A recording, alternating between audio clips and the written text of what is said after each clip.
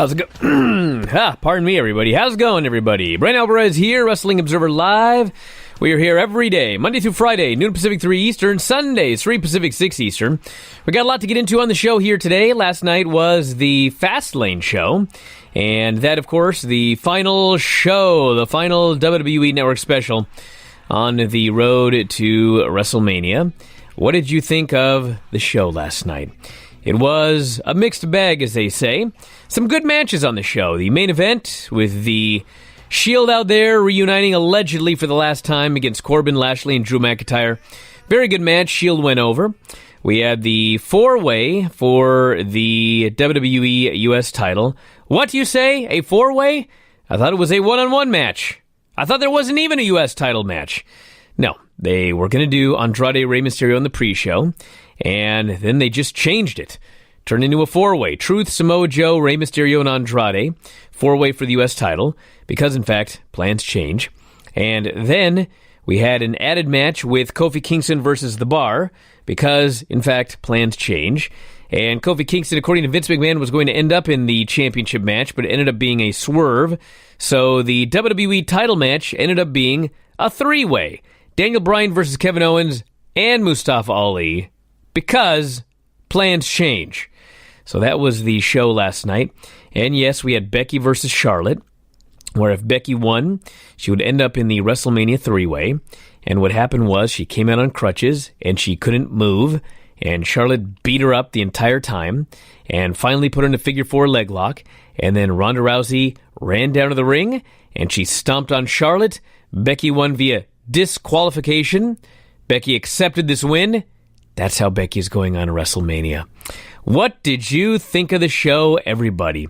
844-411-5411 is the phone number. You can send your text messages to 425-780-7566. We got that. We got Raw. We got all sorts of news. And we shall kick it off after the break here on Wrestling Observer Live. Back in the show, Bryan Alvarez here, Wrestling Observer Live. I think Mike Sempervive will be here in a while. But in the meantime, a lot to get into here today. This Fastlane show here and new WWE Hall of Famers. Have you heard?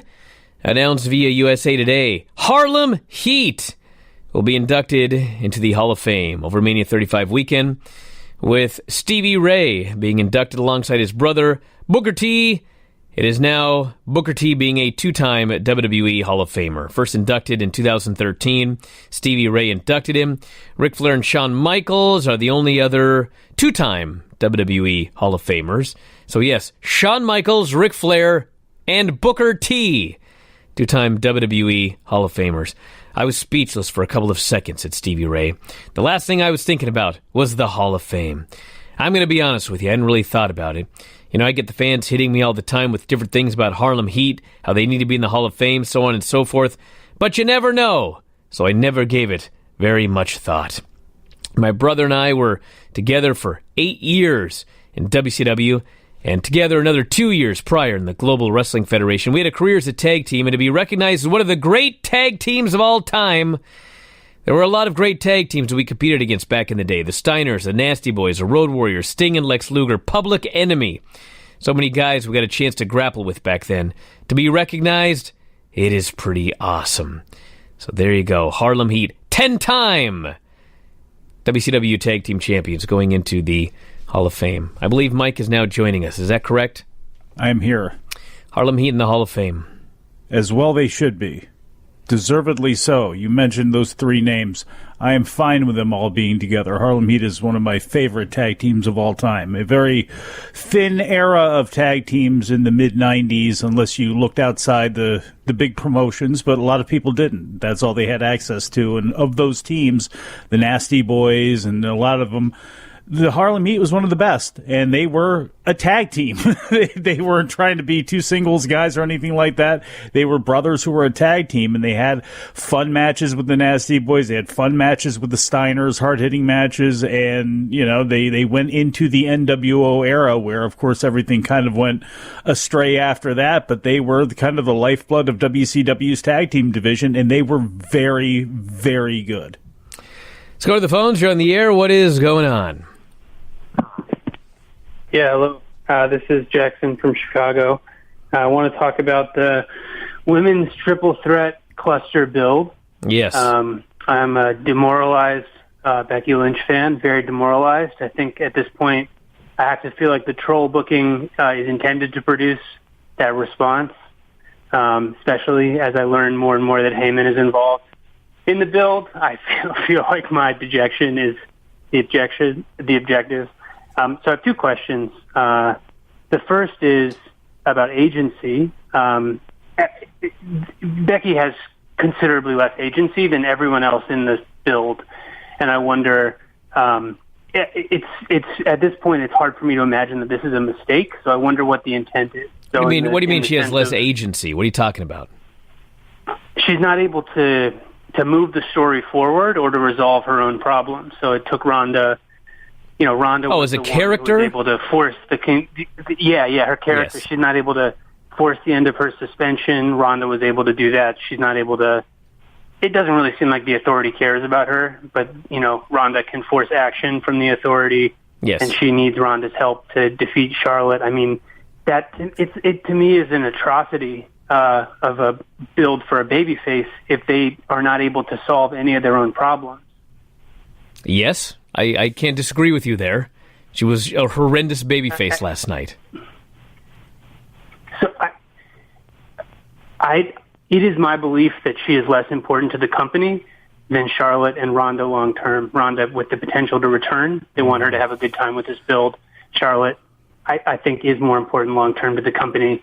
Am I wrong in thinking that they are being less considerate with how they are portraying Becky's character, even though she is on TV the most? My friend. Because that is the feeling that I'm getting watching. My friend, I know you're frustrated, okay? I know you're frustrated, but listen to me, everybody. They think that they're doing the right thing for Becky. Do you understand, everybody? Like, can we all get on my boat now where you get mad at yourself for expecting something different? I mean, what they're doing in their minds is designed to get Becky over. Do you understand, everybody? What they're doing with Kofi Kingston in their minds is designed to get Kofi Kingston over. Because they've had one big success getting a babyface over in the last 10 years. That was Daniel Bryan. And you know what? What they did to get Daniel Bryan over was supposed to not get him over. Does everyone understand what I'm saying here? Like, last night when I was talking about Kofi being cooled off and, oh my God, the backlash on Twitter for that one, because then he got cheered later on in the evening. But, like, Kofi Kingston came out and was beaten 2-on-1 like a drum and pinned clean in the middle of the ring, okay? This is not how you build a babyface for a world championship match. Yeah, you got people chanting for him later on in the evening. There's a million things they could have done to get fans chanting for Kofi Kingston. They're doing the Daniel Bryan thing with Kofi Kingston and with Becky Lynch. The Daniel Bryan thing that was designed to not get him over, but somehow he did get over because he's uber talented. And at the end of the day, that's all they know now. And so they're going to do the same thing with Becky. They think that this is what's going to work to get Becky over. You beat her, you beat her, you beat her, you beat her. You make the fans mad, and the person gets over.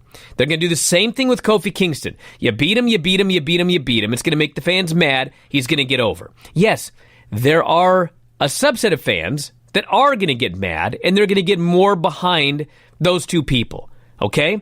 But this is not the ideal way to make a babyface. But let's all step back and look at this company for the last decade or longer. When's the last time they successfully made a babyface? Okay? When? There hasn't been one besides Daniel Bryan. So they have zero blueprint to make a babyface the right way. So I understand everybody's frustration, but everybody thinking, oh, they're trying to destroy Becky. Oh, they're trying to destroy Kofi. Oh, they don't want Becky to get over. Look at the booking. Dude, they do want her to get over. They want her to be the top woman. But this is what they know. So that's the end of the story. They thought this was a great idea. They thought this was a great story, and it was a great way to get Becky over.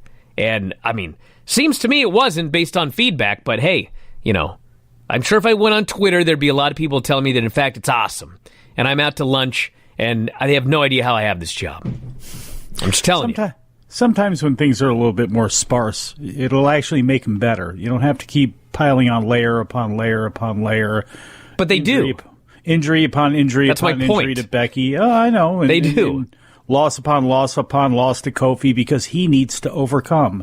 Not that he would just need to go out there and destroy somebody and just, once again prove to everybody how deserving he is of a title match by destroying a contender in 30 seconds on the show. No, they had to have him get swerved and beaten and look to be made a fool of. And for really what reason?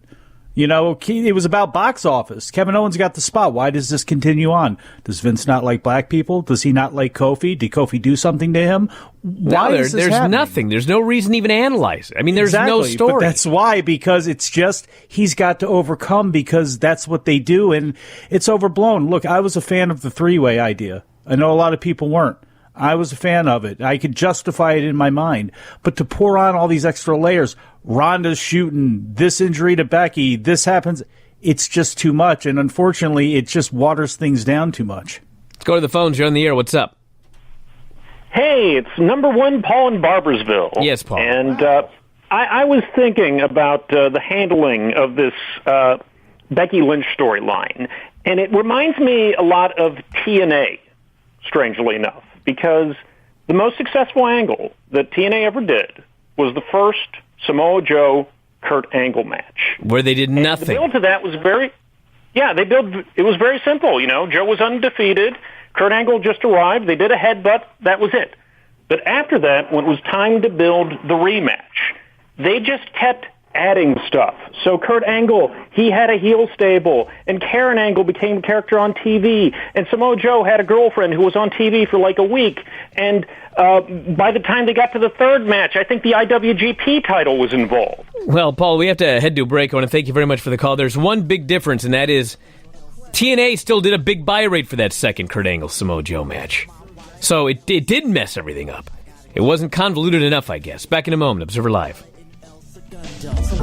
Back in the show, Bryan Alvarez here, Wrestling Observer Live. Mike Sempervive, also WrestlingObserver.com. This person here says, after their win at Fastlane, and by this person I mean WrestlingObserver.com, the Shield will be taking part in the opening segment of tonight's Raw. WWE has announced that a farewell address from the Shield will kick off tonight's show. Their match at Fastlane was hyped as a one-time-only reunion, with WWE bringing up that Dean Ambrose won't be renewing its contract when it expires in April. You know what's sad is I hate the announcing so much. I didn't hear them say that one time last night. I have zoned the announcers completely out unless they say something just glaringly stupid that is pointed out to me.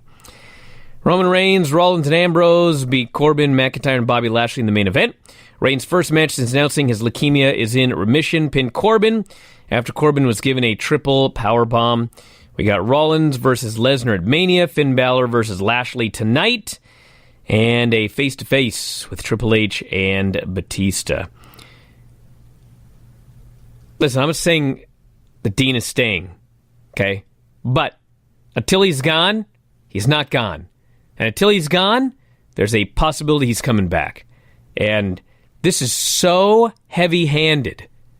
Like, the most heavy-handed handing off a guy to AEW I've ever seen. I don't buy it. I don't think he's leaving. But we'll see. As far as I know, he is not re-signed. But I still don't think he's leaving.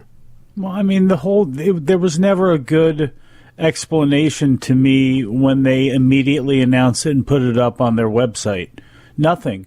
And it happened at a time where everybody was going nuts over free agency. It seemed to be like a little mini free agency period at that time where who was going to sign with AEW, what was going to happen with MLW guys. There was like a little frenzy going on. And I think the same way that Rusev in his own way does it on his Twitter, I've seen people get upset about that. It's like, why? I don't think he's really that upset about anything. He's having fun on Twitter.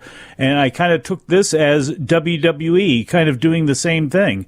Why would they put that up there? Why would they make a big deal out of it? Why would he go out there and start cutting a promo that ended up, I think, being interrupted by Nia Jax, where he was going to like seemingly start shooting?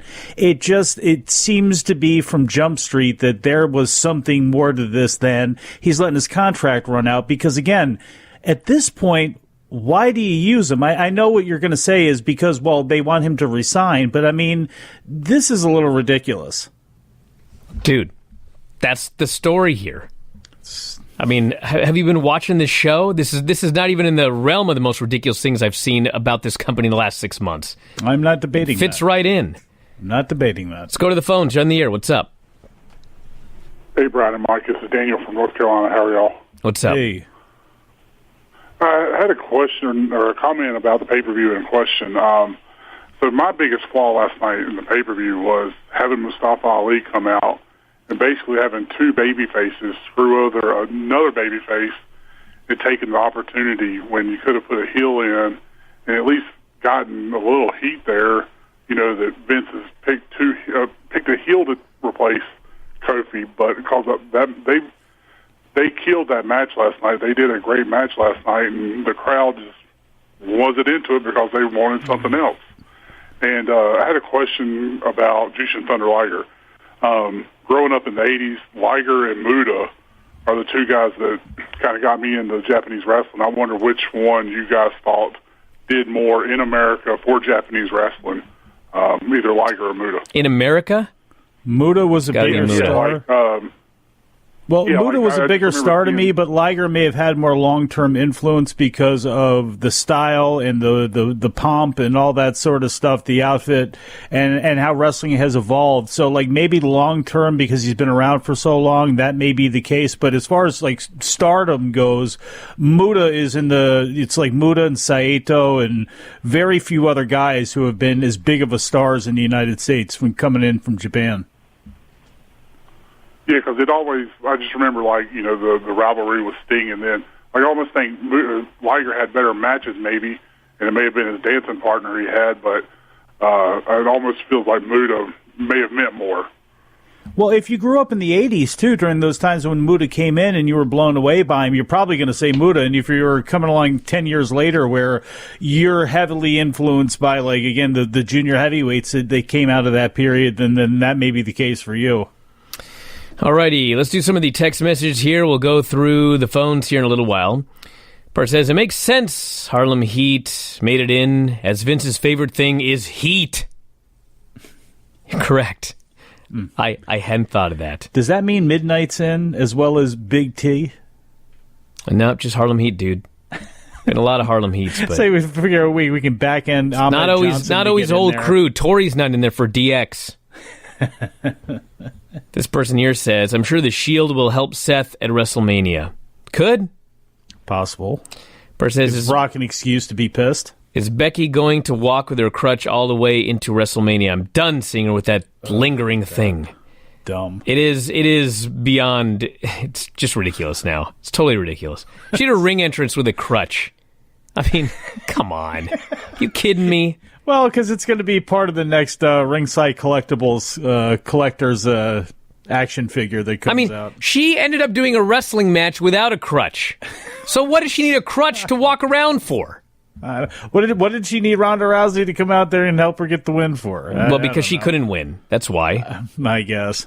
This person says, you think WWE is aware that with the title victory over Daniel Bryan, Kofi Kingston would become a Grand Slam champion? I only ask because I'm positive if they were aware, Michael Cole would have mentioned it over and over again until everyone's ears bled. Well, thank you, because now we'll have to hear it for the next 8 weeks or whatever. Can we back that up with Renee Young saying, wow? The person says, there's no question Becky's been heavily damaged in crowd reaction by the last 6 weeks. Is there even a way to heat her up again in the next 4 weeks? If so, what is it? I think that's a little dramatic. I don't think we're going to have to heat her up at WrestleMania. I think that's going to take care of itself. We can be upset over how it is. We can say they're not maximizing it, they're not optimizing it, but When it comes to WrestleMania, when it actually comes down and it happens, people are going to go bananas for Becky Lynch. I don't think that's going to be a concern. Same thing with Kofi Kingston. You see how he's going to overcome. Mustafa Ali, unfortunately, you heard it last night, how people are just going to be balls to the wall for Kofi all the way through WrestleMania. That's awesome. It doesn't mean that they're not going to throw a bunch of nonsense in their way, though. This person here says, I don't know what these Becky fans want. She's going to be in the main event of WrestleMania and is going to win the title there. I don't understand why they can't be happy. Because everyone is entitled to their own opinion. Your opinion is that this is all great, okay? You're in the minority. A lot of people think it sucks. And so they're allowed to have that opinion and think that it sucks.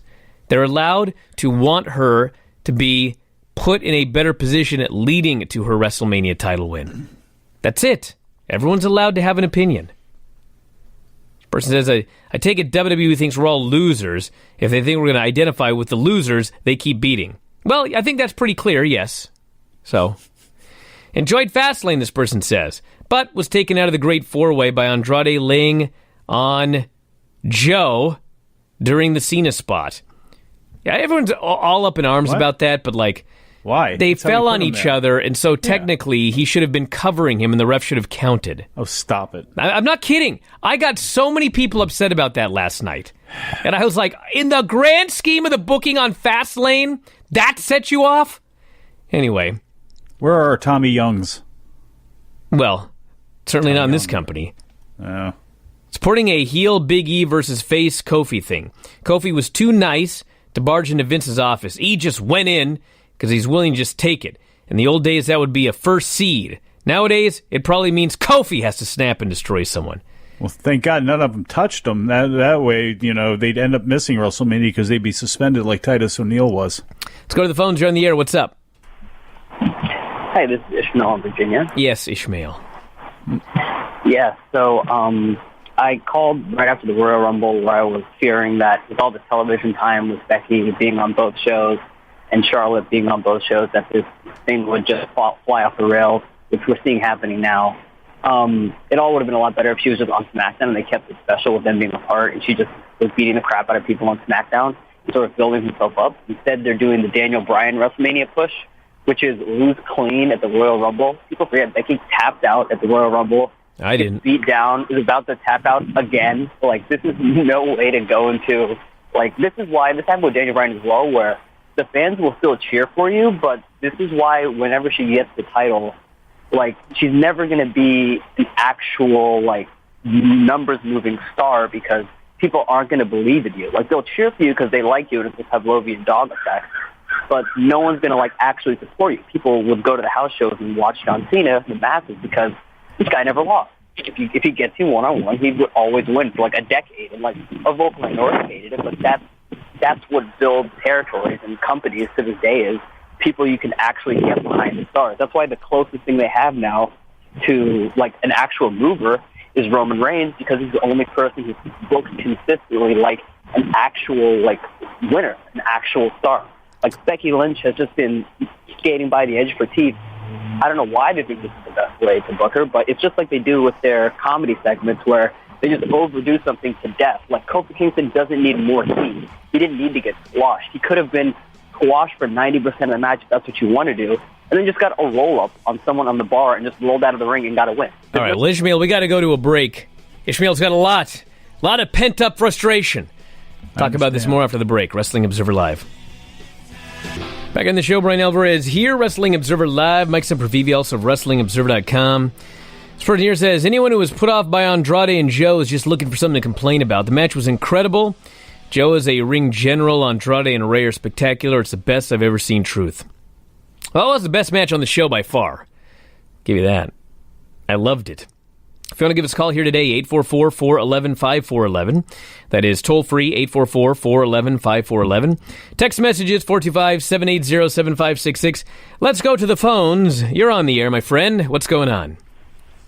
Hey, Brian. It's Ian from San Antonio. So, last night I obviously watched some pay-per-view, and Kofi loses his match. And I know everyone, he was still, like you said last night on the Brian Vinny Show, the most over guy on the show, debatably, at least. But I mean, I'm going to pull Lance Storm here, and say, kind of like with the same with the Becky Lynch thing. So he lost his match, and he's still super over. But, I mean, like, imagine if he would have, I don't know, won his match, overcame the odds. You could have even done the distraction where the bar looked away when the New Day came out to try and save him, and he rolls one of them up, he pins, slides out of the ring, whatever. If you don't want to make them look weak. He still wins the match. And, you know, he can go on and, you know, like, just keep winning matches till, like, you know, obviously if something happens, he can give him the match at WrestleMania. Are you crazy? Lose. Are you out of your mind? I thought Vic would have too. Do you know what company you're talking about here?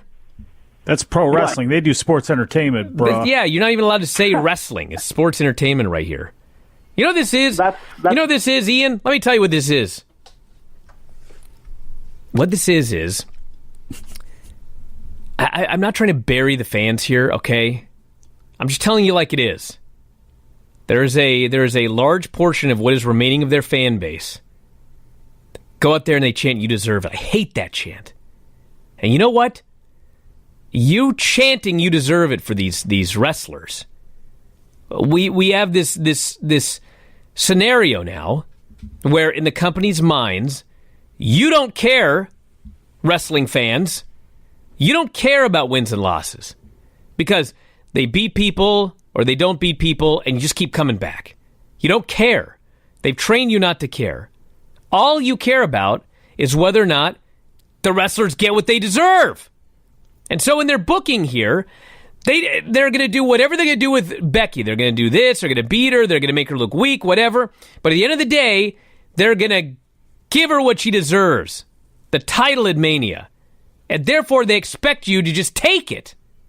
And you will. That's the thing here.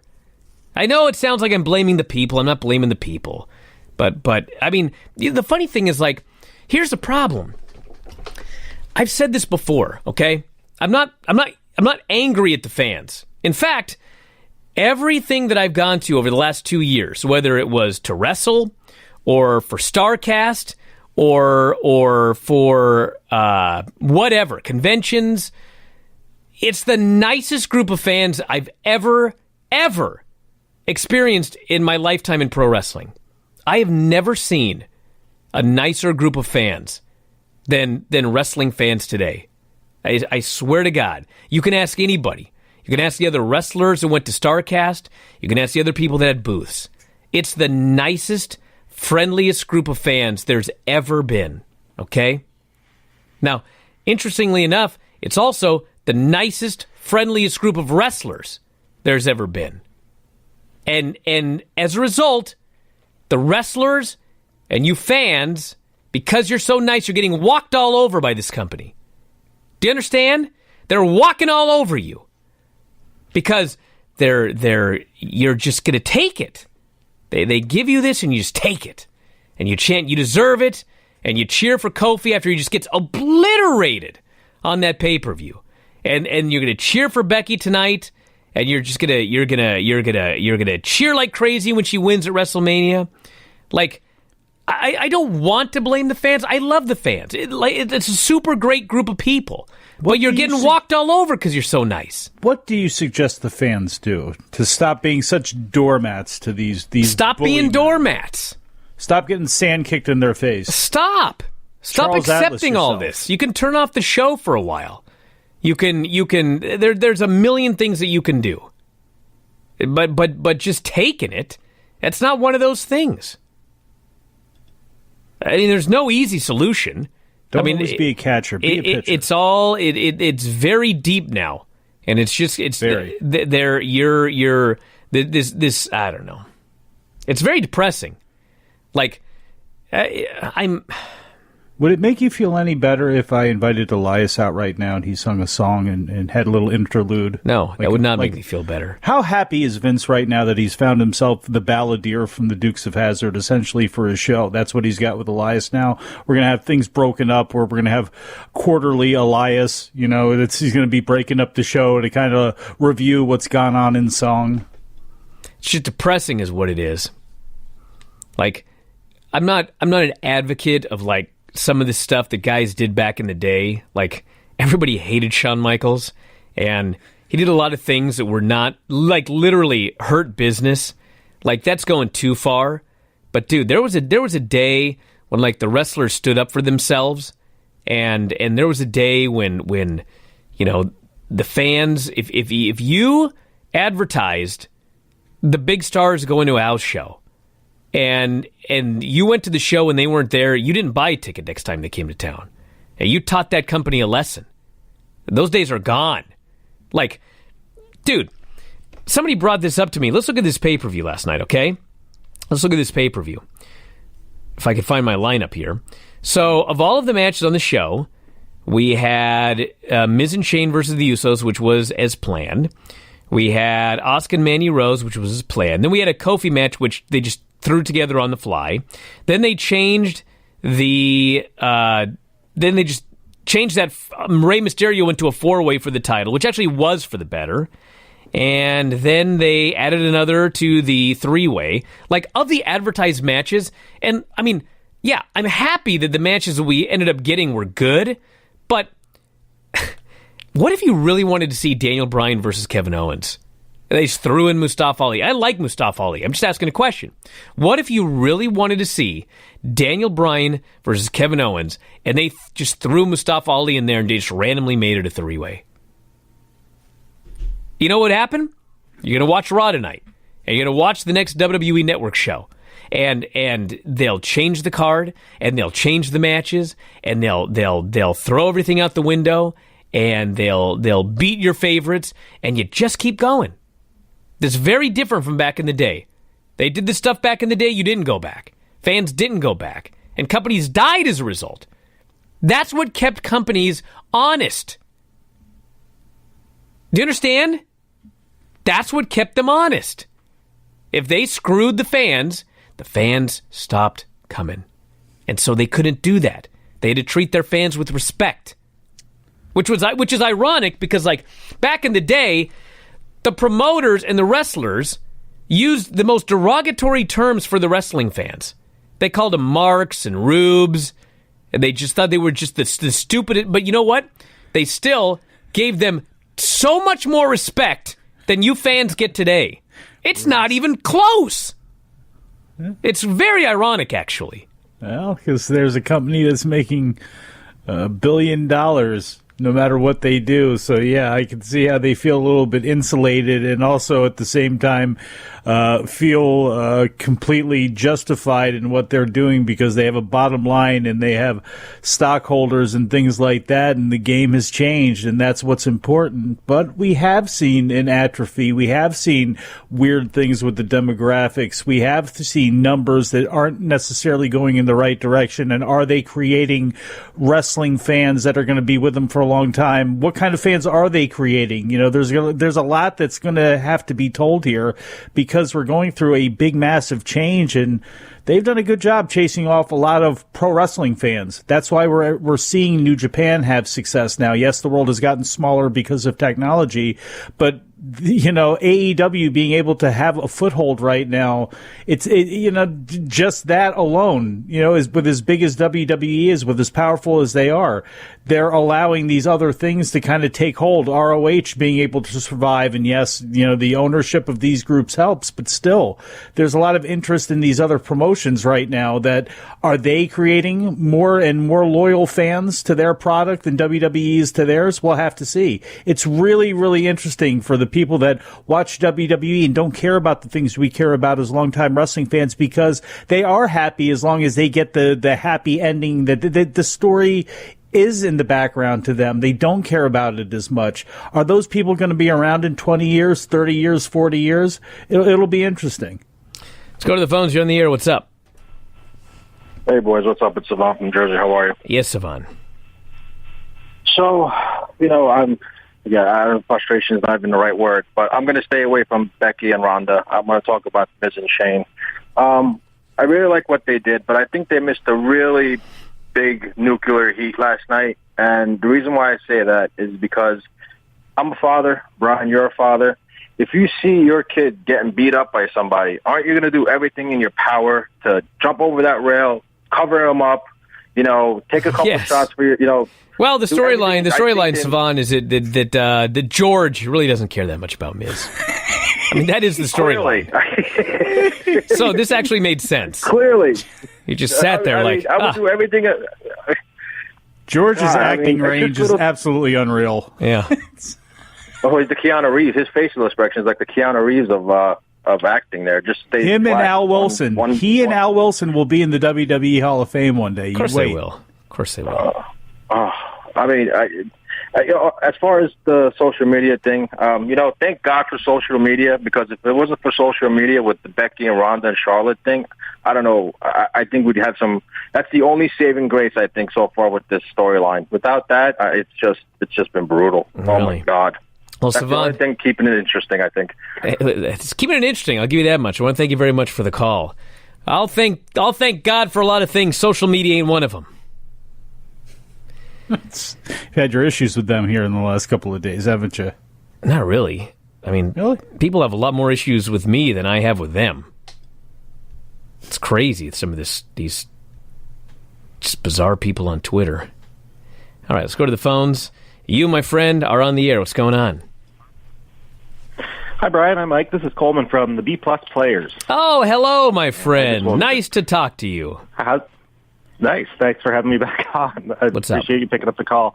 I just wanted to talk about Fastlane real quick. I seem to be in the minority of my friend group, but aside from the two matches that I thought were really good, it was just so much heat on that show. And I know, Brian, that's what you rant about that a lot, but it's like there's the Miz beat down, and then there was the Kofi handicap match, and then even Eric Rowan felt it necessary to claw slam Ali after the match and stuff, and it was just, I don't know if they were saving up for the big ending with Roman's return or whatever, but they seemed to really pour on the heat last night. What did your friend really group turned me think? off the show. My friend group really enjoyed the show. That's what I was just talking about, everybody. Yes. So I don't know. I feel like I'm in the minority, but there is a large group of fans who they're determined to love it, and they'll look past any problems. They will accept anything. They will be screwed 6 ways from Sunday and smile about it. They do what they're told. And they'll rant and rave to me on Twitter about it. Stepford fans. Yes. That's right. Well, I thought those matches were great as well. And, hey, listen, aside from the tag, the women's tag, the second half of the match, the show I thought was very good. Except for, I did laugh. I laughed at Charlotte Becky. What do you want me to do? It's ridiculous. That's all I could do. I was like, I couldn't figure out how they were going to get Becky in this. I honestly, going into that, thought she was going to lose that match, and they were going to go into SmackDown and do something else. But when that happened, if the Shield match, I wanted to see the Roman return. Well, actually, we got to head to a commercial. I'm sorry to cut you off, but we're totally out of time. I want to thank you very much for the call. Back in a moment. Observer Live. Back on the show, Bryan Alvarez here, Wrestling Observer Live. Mike Sempervive, also of WrestlingObserver.com. This person says, it is apparent that regardless of whether the match was a triple threat or a singles match, they were always going to screw it up. Thank you. Been saying that since day one. But there's a reason I chose a three-way over singles. There's a lot of reasons. And I don't have time in this segment to go over it, but I actually had an entire storyline that I wrote on the board that was like 1,000 words that not only made sense of the three-way from the Royal Rumble to WrestleMania, taking into account Becky tapping out to Asuka prior to winning the Rumble, but it also made the entire storyline make sense dating back to SummerSlam. There was a way that this could have been done. Brian. And they did everything wrong. I'm sure it was a beautiful piece of fiction. No, Mike, you don't even understand. It was a work of art. Do you understand? Yes. They screwed everything up. If I said turn right, they turned left. If I said go straight, they backed up. All the way through to the very end. It's sad. With a capital S-A-D. But hey, tonight, everybody, Raw returns with 3 hours of sports entertainment for championships and opportunities and backstage interviewers asking really profoundly stupid questions. Tonight on the show, everybody, there's going to be a championship match. Finn Balor's putting his title on the line against Bobby Lashley. Big Dave, not Meltzer, is going to be squaring off with Triple H. Going to be a lot of stuff coming up tonight. The road to WrestleMania is being paved as we speak. And we'll talk about it here tomorrow on the show, because we're here every day, Monday through Friday, noon Pacific, 3 Eastern, Sundays, 3 Pacific, 6 Eastern. Thanks, Mike, as always. Callers and listeners, everybody in the studio. Talk to you next time. Wrestling Observer Live.